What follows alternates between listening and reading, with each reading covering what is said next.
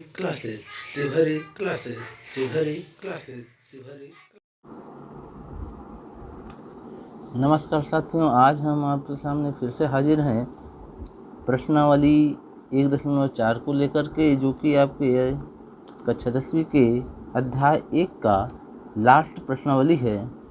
और इसका जो पहला प्रश्न है वो क्या कह रहा है, नीचे ax² + bx + c के रूप में कुछ द्विघातीय बहुपदों के शून्यक दिए गए हैं, तब बहुपद के गुणनखंड लिखे।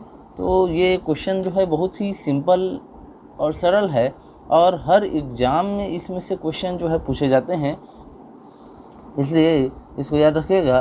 तो सबसे पहले इसके लिए आपको करना क्या है, याद रखना है कि शून्यक क्या होते हैं। तो शून्यक का जो सूत्र होता है वो हम पहले बता देते हैं।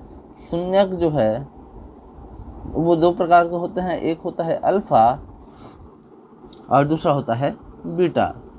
अल्फ़ा का जो सूत्र होता है वो क्या होता है, -b ± √b² - 4ac/2a।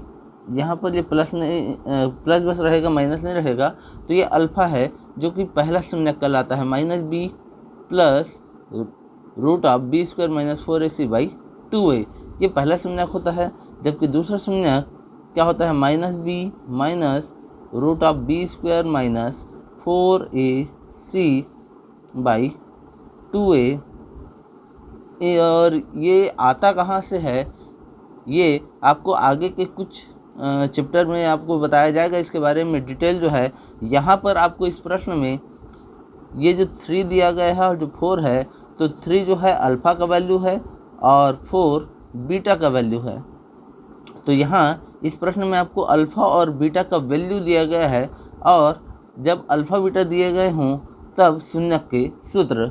तो यहाँ पर लिखते हैं, यदि अल्फ़ा बीटा किसी बहुपद के शून्यक हों, किसी बहुपद ax² + bx + c के शून्यक हों, तो बहुपद का गुणनखंड।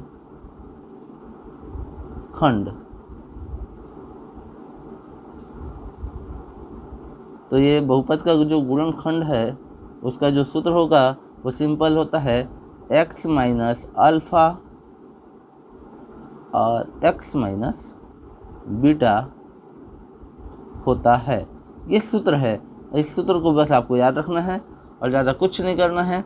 तो जो अल्फ़ा का वैल्यू है वो यहाँ रखना है, और जो बीटा का वैल्यू है वो यहाँ। तो जो पहला प्रश्न है आपको क्या दिया गया है, 3, 4 दिया गया है। तो हम सीधे सीधे इसको जब हम हल करेंगे तो यहाँ अल्फ़ा = 3 और बीटा = कितना दे दिया गया है, 4। अब सीधा सीधा यही सूत्र है, इस सूत्र में आपको मान रखना है, तब बहुपद का गुणनखंड।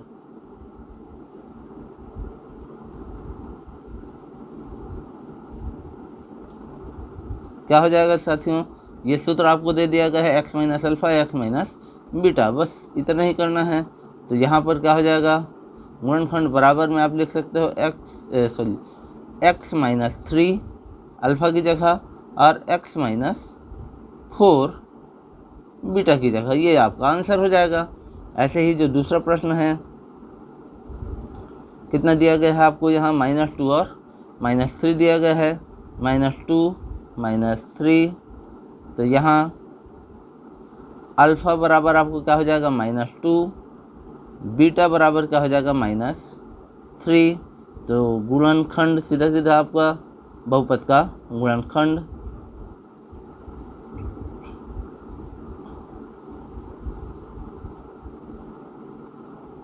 बहुपद का गुणनखंड क्या हो जाएगा, सूत्र वही रहेगा, x - अल्फ़ा होता है, तो अल्फ़ा की जगह यहाँ कितना है, -2 है। तो माइनस जो है इस माइनस के साथ प्लस हो जाएगा, तो x + 2 और एक्स माइनस बीटा होता है तो बीटा की जगह फिर यहाँ -3 है तो ये प्लस में कन्वर्ट हो जाएगा, ये आपका दूसरा का आंसर हो जाएगा। इसी प्रकार से तीसरे का आंसर क्या हो जाएगा, तीसरा के लिए आपको क्या दिया गया है 1/2 और -1/2 दिया गया है, तो 1/2 और -1/2, तो यहाँ अल्फ़ा इक्वल कितना हो जाएगा 1/2, बीटा इक्वल कितना हो जाएगा -1/2। फिर से आपको वैल्यू रख देना है, तब बहुपद का गुणनखंड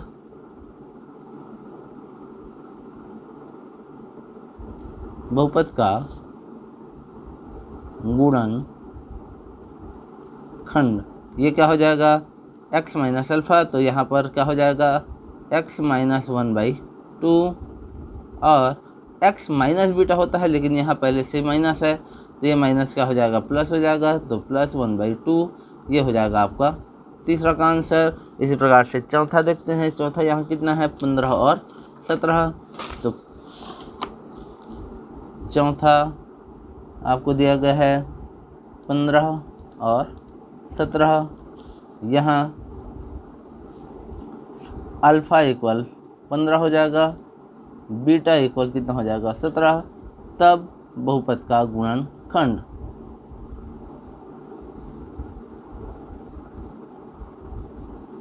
सिंपल सा सूत्र हो जाएगा, क्या हो जाएगा x माइनस 15 और x माइनस 17, ये आपका हो जाएगा आंसर। इस प्रकार से लास्ट जो क्वेश्चन है 5वां नंबर का, ये आपको क्या दिया गया है -18 और 12, तो यहाँ रख देते हैं -18 और 12, यहाँ अल्फ़ा इक्वल कितना है -18, बीटा इक्वल कितना है 12, तब बहुपद का गुणनखंड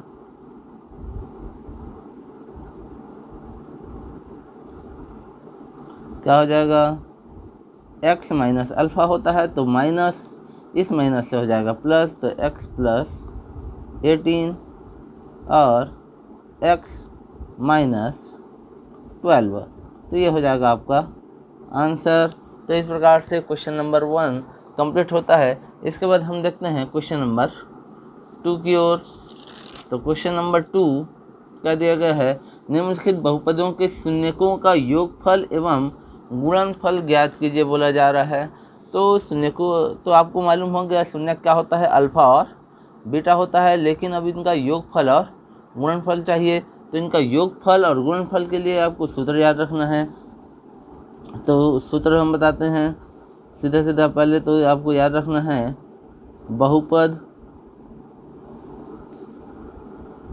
बहुपदों के शून्यकों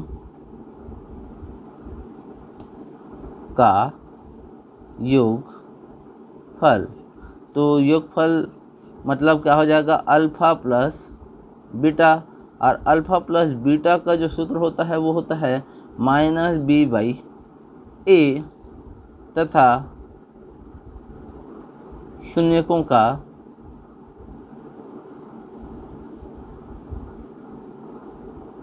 गुणनफल। अब गुणनफल मतलब क्या हो जाएगा अल्फ़ा गुणा बीटा, यहाँ पर गुणा का निशान नहीं होता है, यहाँ डॉट लगा सकते हैं या ऐसे ही छोड़ सकते हैं। तो इसका जो सूत्र होता है वो होता है c/a। तो अब यहाँ पर a, b और c के फॉर्म में आ रहा है, तो ये a, b, c क्या है। तो जैसे कि पहला क्वेश्चन आपको दिया गया है, इसको हम लिखते हैं x² + 10x + 24, ये आपको दिया गया है। तो इस बहुपद की तुलना आप जब इसको हल करेंगे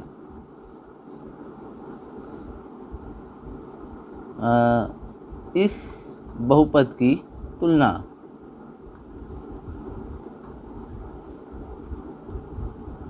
मानक वर्ग समीकरण या मानक बहुपद। अब ये मानक बहुपद क्या होता है, इसको स्टैंडर्ड फॉर्म बोला जाता है, स्टैंडर्ड फॉर्म ऑफ पॉलिनोमियल।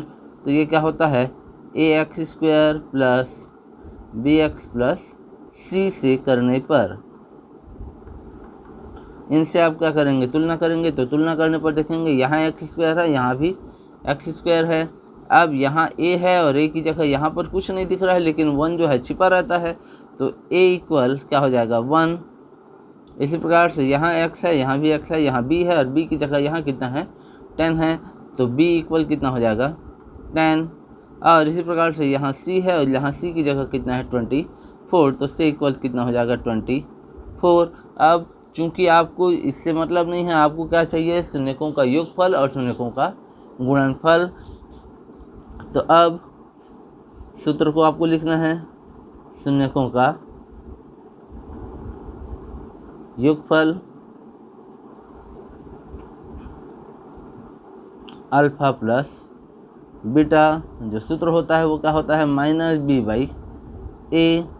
तो अल्फा प्लस बीटा माइनस जैसे तैसा, और बी की जगह आपको जो वैल्यू मिला कितना मिल गया 10, तो बी की जगह आपको रख देना है 10 बाई ए है और ए की जगह कितना यहाँ है 1।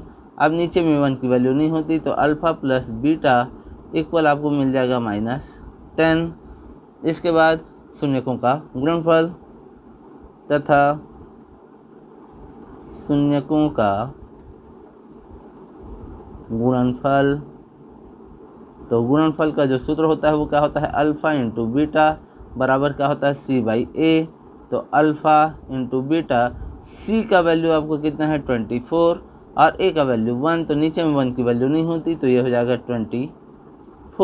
तो यही दोनों आपको क्या हो जाएगा आंसर हो जाएगा, शून्यकों का योगफल और शून्यकों का गुणनफल का। इस प्रकार से हम देखते हैं क्वेश्चन नंबर 2 को। तो क्वेश्चन नंबर 2 क्या है,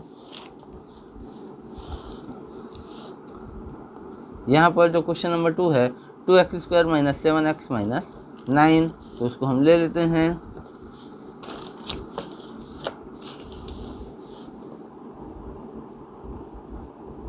to x square minus 7x और -9 के फॉर्म में है।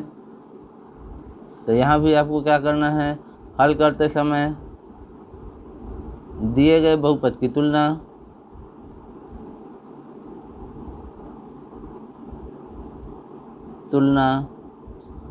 ax² + bx + c से करने पर, तो तुलना कर देंगे। तुलना करने पर a की जगह यहाँ क्या मिलेगा 2 मिलेगा, तो a इक्वल 2 हो जाएगा।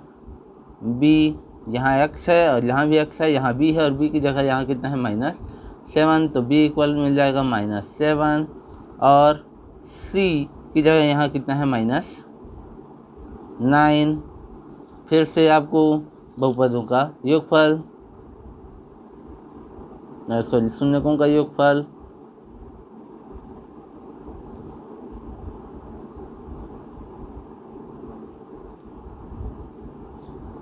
सूत्र आपका क्या होता है -b बाई ए।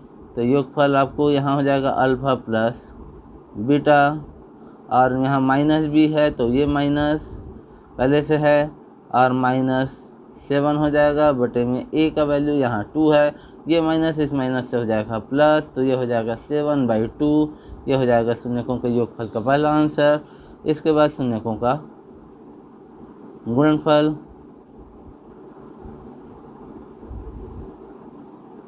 तो शून्यकों का गुणनफल क्या होता है c बाई ए होता है सूत्र के रूप में। तो यहाँ पर क्या हो जाएगा अल्फ़ा इंटू बीटा, और c की जगह वैल्यू कितना है आपको -9 और a की जगह वैल्यू है 2, तो ये हो जाएगा -9/2। ये हो जाएगा आपका शून्यकों के गुणनफल का आंसर। इसके बाद हम देखते हैं क्वेश्चन नंबर 3 इसका। तो यहाँ आपको क्या दिया गया है x² + 11x + 30, x² + 11x + 30। तो यहाँ पर भी तुलना करने पर आपका क्या हो जाएगा, यहाँ हम शॉर्ट में अब लिख रहे हैं चूँकि आपको ये लाइन लिखना ही है, तो सीधा सीधा हम यहाँ पर लिखते हैं। तो यहाँ a बराबर आपको क्या मिल गया, यहाँ कुछ भी नहीं है लेकिन 1 छिपा रहता है, तो a इक्वल 1, b इक्वल कितना हो जाएगा 11 और c इक्वल कितना हो जाएगा 30। सीधा सीधा अब शून्यकों का योगफल, तो शून्यकों का योगफल, अब शून्यकों के योगफल का जो सूत्र होता है वो क्या होता है, अल्फ़ा प्लस बीटा इक्वल कितना होता है, माइनस बी बाई ए। तो अल्फ़ा प्लस बीटा का जो वैल्यू मिलेगा माइनस बी है, तो माइनस तो जैसे तैसा, और बी की जगह यहाँ कितना दिया गया है 11, तो ये हो जाएगा 11, और ए की जगह कितना है 1, तो नीचे में 1 का वैल्यू नहीं होता, तो इस प्रकार से आपका आंसर हो जाएगा -11। इसके बाद शून्यकों का गुणनफल,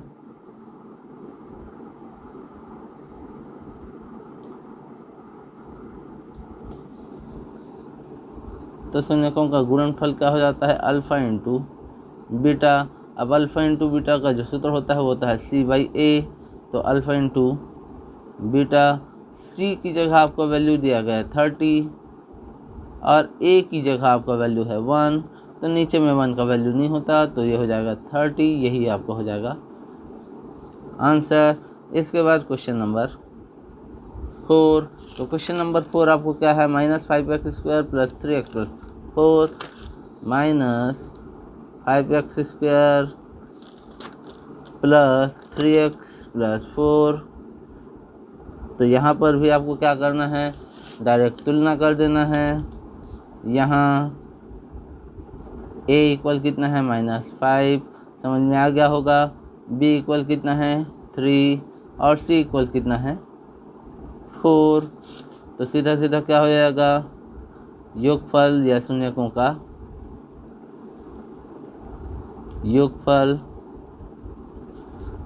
alpha plus beta equal minus B by A, equal minus B है तो माइनस, और बी की जगह 3, ए की जगह -5, माइनस माइनस कैंसिल, तो ये हो जाएगा 3/5।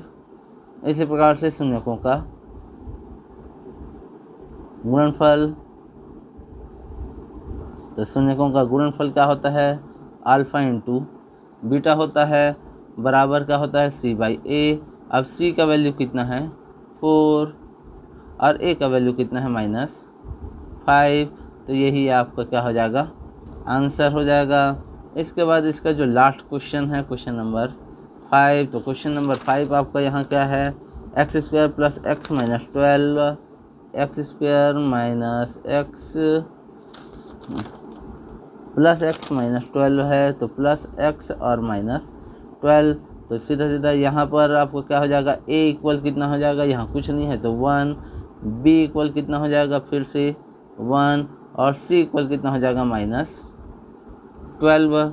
तो सीधा इस शून्यकों का योगफल समझ में आ गया होगा, तो अल्फ़ा प्लस बीटा इक्वल आपको मिल जाएगा -b/a होता है। अब b की जगह क्या है -1/1, मतलब ये हो जाएगा -1, और गुणनफल लेंगे तो अल्फ़ा गुणा बीटा इक्वल क्या हो जाएगा आपका c/a होता है, तो c की जगह -12/1 मतलब -12।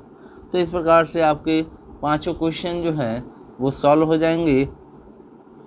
और इसी के साथ आपका ये जो पहला अध्याय है ये कंप्लीट होता है। इसके बाद अगला वीडियो हमारा दूसरा अध्याय का बनेगा। यदि आपको ये क्वेश्चन समझ में आ गया तो इस वीडियो को ज़्यादा से ज़्यादा शेयर कीजिए, लाइक कीजिए और सब्सक्राइब करना ना भूलें। धन्यवाद।